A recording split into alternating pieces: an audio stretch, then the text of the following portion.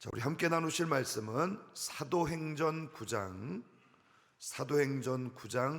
1절에서 9절입니다.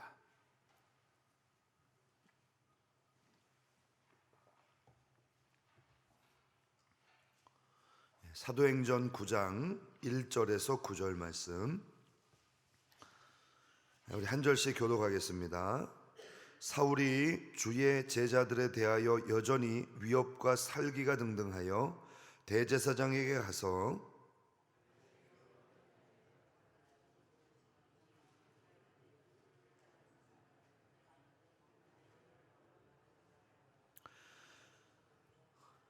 사울이 길을 가다가 다메섹에 가까이 이르더니 호련히 하늘로부터 빛이 그를 둘러 비추는지라.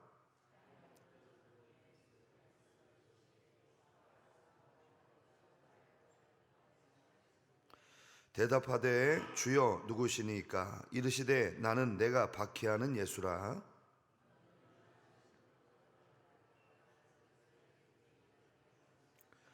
같이 가던 사람들은 소리만 듣고 아무도 보지 못하여 말을 못하고 서 있더라.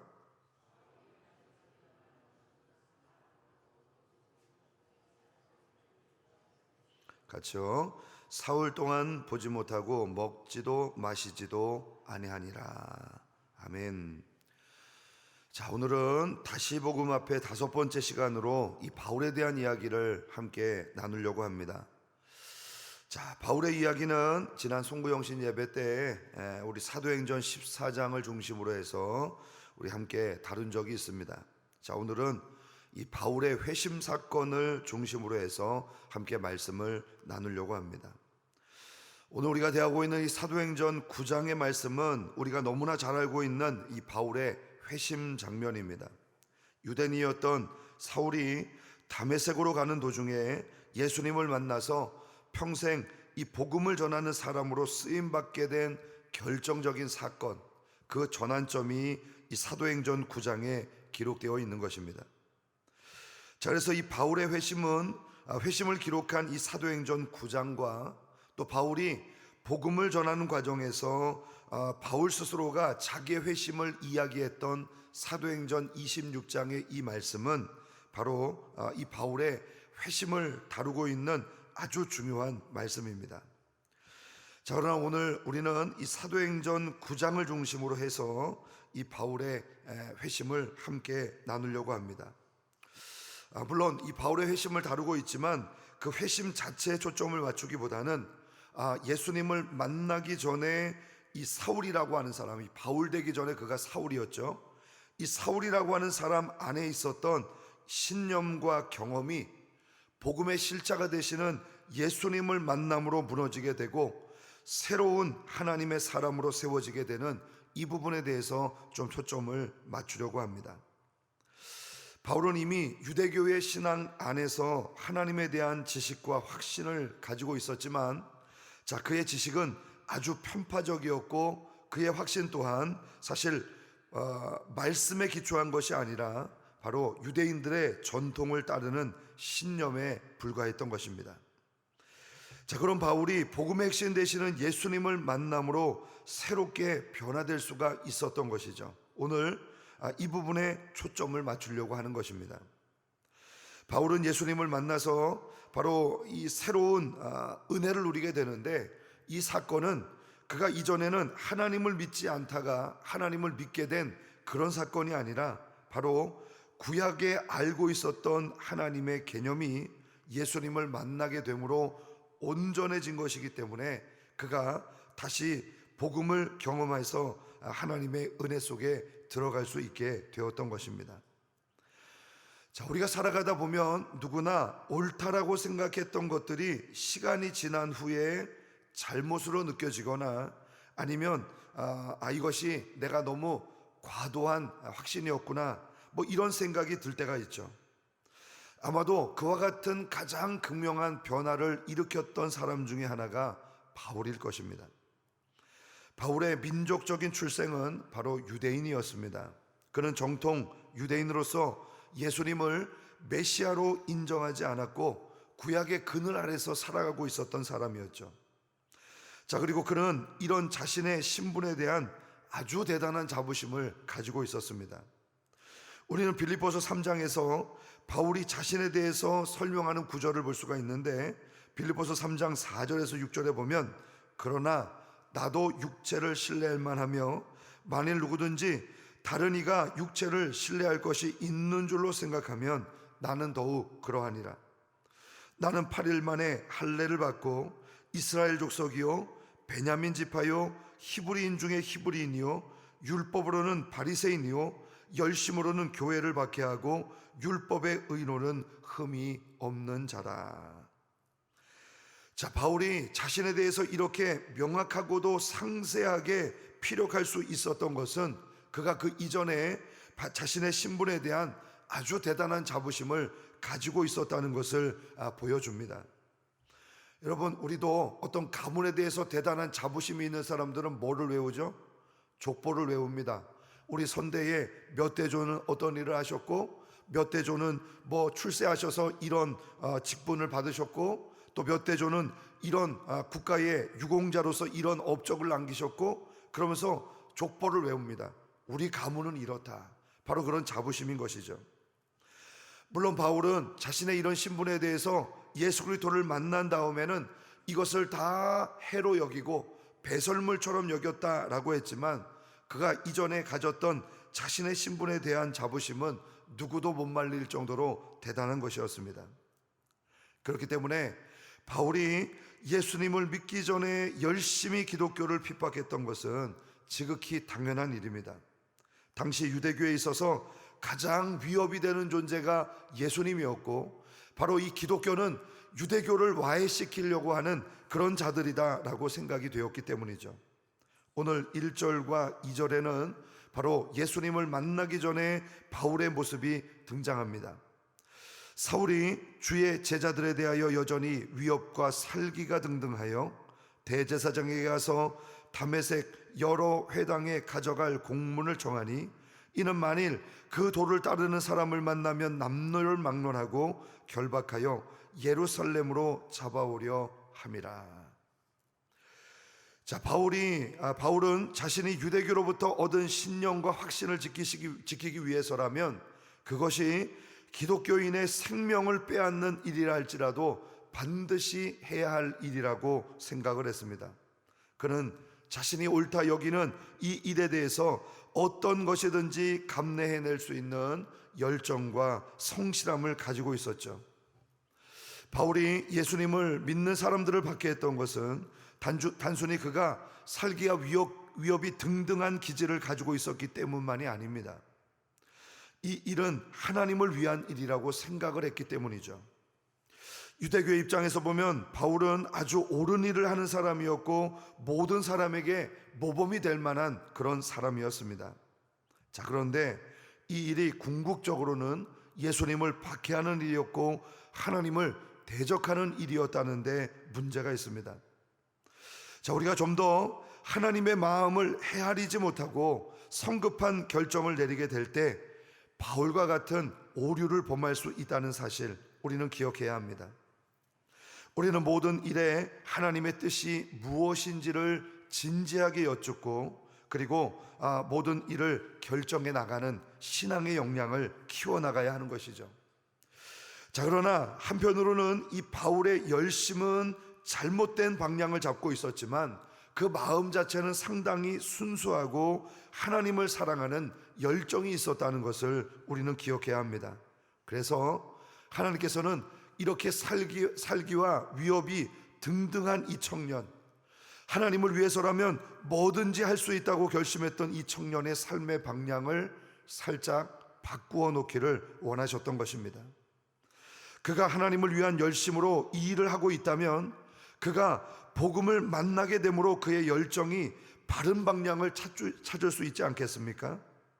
그래서 이 위협과 살기가 등등하여 다메섹으로 가고 있는 이 사울에게 바로 부활하여서 복음을 완성하신 주님이 직접 찾아오시게 된 것입니다. 우리는 여기서 이 바울이 세 가지 방법에 걸쳐서 예수님을 점차적으로 만나고 있다는 사실을 볼 수가 있죠. 먼저 3절 말씀을 보시겠습니다.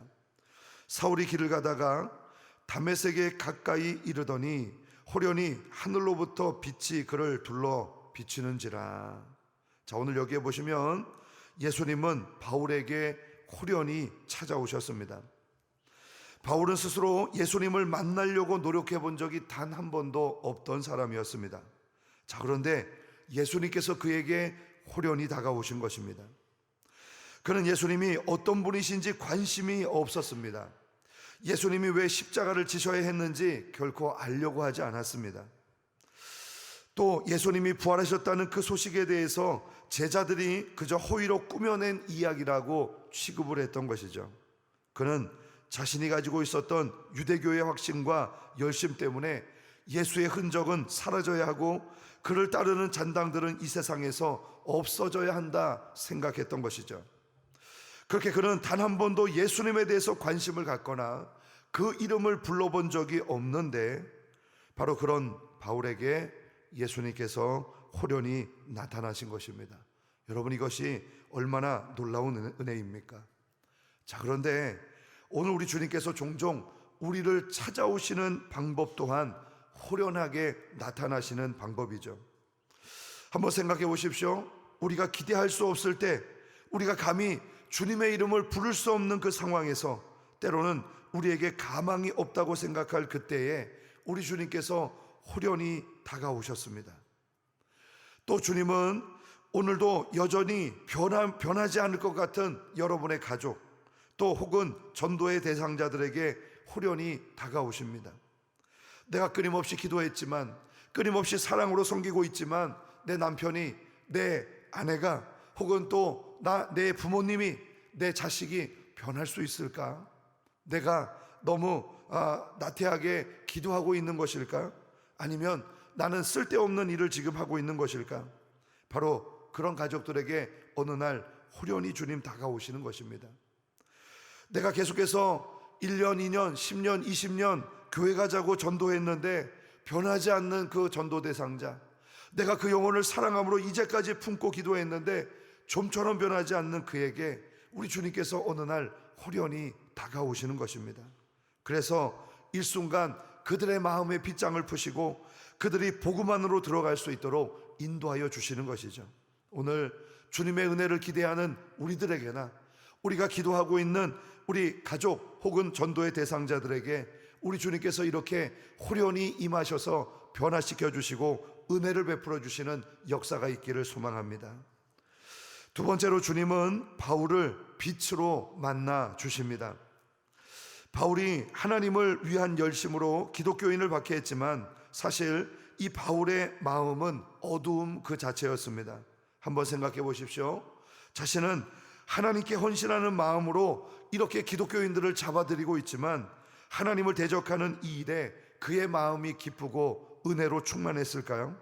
그는 기독교인을 박해하면 박해할수록 어두움의 나락으로 빠져들었을 것입니다. 그런 바울의 어두움에 주님은 빛으로 찾아온 것입니다. 성경은 곳곳에서 우리 예수님께서 빛이라고 소개합니다. 요한복음 1장 9절이 대표적인 말씀인데, 찬 빛, 곧 세상에 와서 각 사람에게 비추는 빛이 있었나니, 예수님은 진정한 빛이었다, 이렇게 소개합니다. 예수님께서 이처럼 빛으로 비추셨다는 것은 긍정적인 의미에서 우리의 마음속에 있는 어두움을 몰아내고 소망을 주신다는 의미를 가지고 있지만, 부정적인 측면에서 우리의 더러운 죄악을 드러낸다는 것을 의미하는 것입니다. 자, 그러나 주님이 빛으로 우리의 마음속에 있는 더러운 죄악을 들추어 내셨다면 그것은 그 죄로부터 우리를 구원하시겠다라고 하는 의미이기도 합니다. 그러므로 바울이 빛 대신 주님을 만났다는 것은 바로 그에게 새로운 삶이 준비되었고, 주님은 그를 바로 그 죄악 가운데서, 어두운 가운데서 구원하시기로 결정하셨다는 의미가 되는 것이죠. 저는 오늘도 이 말씀을 듣는 우리 모두에게 하나님께서 빛으로 임하는 역사가 있기를 간절히 소망합니다. 그래서 소망이 없던 우리의 마음속에 소망으로 충만하게 되고, 혹여 하나님 앞에 아직까지도 들추어내지 못한 죄들, 여전히 덮어두고 다루지 못한 죄들이 있다면 빛 대신 주님 앞에서 이 모든 것들이 다 드러나 회개하고 변화받는 놀라운 역사가 있기를 주님의 이름으로 축복합니다. 이제 마지막 세 번째로 주님은 바울을 대화를 통해서 만나주고 계신 모습을 발견하게 됩니다. 자, 이것은 바로 예수님의 사랑과 인격을 엿볼 수 있는 장면이죠. 예수님은 총 3번에 걸쳐서 바울과 대화를 나누셨는데, 바울은 바로 이것을 통해서 우리 주님이 어떤 분인가를 점점 알아갈 수 있게 된 것입니다. 이미 말씀드리지만 바울은 정작 주님을 한 번도 부른 적이 없는데 주님은 바울의 이름을 부르며 그에게 다가오십니다. 우리 4절에서 6절 말씀 보시겠습니다. 땅에 엎드러져 들음에 소리가 있어 이르되 사울아 사울아 내가 어찌하여 나를 박해하느냐 하시거늘 대답하되 주여 누구시니까 이르시되 나는 내가 박해하는 예수라. 너는 일어나 시내로 들어가라. 내가 행할 것을 내게 이를 자가 있느니라 하시니. 자, 먼저 4절에 보시면 예수님은 내가 어찌하여 나를 박해하느냐 이렇게 대화를 청하시며 다가오십니다. 자, 이와 같은 예수님의 첫 번째 말씀은 바울의 영적인 실존을 보여주고 있습니다. 이미 말씀드린 대로 바울은 하나님을 위하여 이 일을 하고 있지만 실제로는 주님을 박해하고 있었던 것이죠. 그의 마음과 영혼은 어둠 속에 휩싸여져 있었던 것입니다. 자, 그리고 두 번째 우리 주님께서 뭐라고 말씀하시죠? 바울의 질문에 대해서 5절에 보니까 나는 내가 박해하는 예수라. 오늘 주님께서는 자신의 이름이 예수다 이렇게 말씀하고 계십니다. 이것은 바로 예수님 이름 안에 있는 복음을 보여주는 것입니다. 그는 바로 이 예수님의 이름 앞에, 이 복음 앞에 다시 서게 된 것이죠. 예수님이 이 말씀을 통해서 자신이 어떤 분임을 이 바울에게 간략하지만 설명해 주고 있습니다. 바로 예수님의 이름은 구원자라고 하는 의미를 가지고 있죠. 그렇기 때문에 바로 주님은 모든 믿는 자의 주님이 되시고 바로 그리스도인들은 바로 주님의 양이 됩니다. 그래서 바로 그리스도인들을 박해하는 것은 예수님을 핍박하는 것이 되는 것입니다. 주님과 우리는 하나입니다. 주님은 언제나 어떤 장소에서건 우리와 함께 동행하여 주십니다. 그래서 우리의 슬픔이 주님의 슬픔이 되고 우리의 고통이 주님의 고통이 되고 주님의 기쁨이 우리의 기쁨이 되는 것입니다. 오늘도 주님 안에서 이와 같은 하나됨을 누리기를 소망합니다. 마지막으로 너는 일어나 시내로 들어가라 이렇게 6절에 말씀하시죠. 바로 이것은 주님의 용납과 인도하심을 보여주는 말씀입니다. 주님이 바울에게 나타나신 것은 그를 심판하기 위함이 아니라 그를 구원하시기 위함이었죠. 그래서 그를 인도하여 사명의 자리로 이끌어 주십니다. 내가 너에게 할 일을 보여줄 그 사람을 만나게 하겠다. 이제 너는 나의 사람이다. 이렇게 말씀하고 계신 것입니다. 자, 오늘 이 말씀에 비추어서 우리 자신을 한번 돌이켜 보십시오. 하나님 앞에 서 있는 우리의 영적인 실존은 무엇입니까? 주님을 위해서 산다고 하면서 누군가를 찌르고 고통스럽게 만드는 자리에 있지 않습니까? 그러면 우리 주님께서 이렇게 말씀하시겠죠. 나는 내가 박해하는 예수라. 오늘 우리가 그런 상태 가운데 있다면 이 시간 호련히 빛으로 다가와서 우리에게 말씀하시는 그 주님을 만날 수 있기를 소망합니다. 다시 복음 앞에서 잃어버린 은혜를 회복하고 사명을 감당하는 행복한 자녀들로 오늘도 우뚝 설 수 있기를 주님의 이름으로 축복합니다.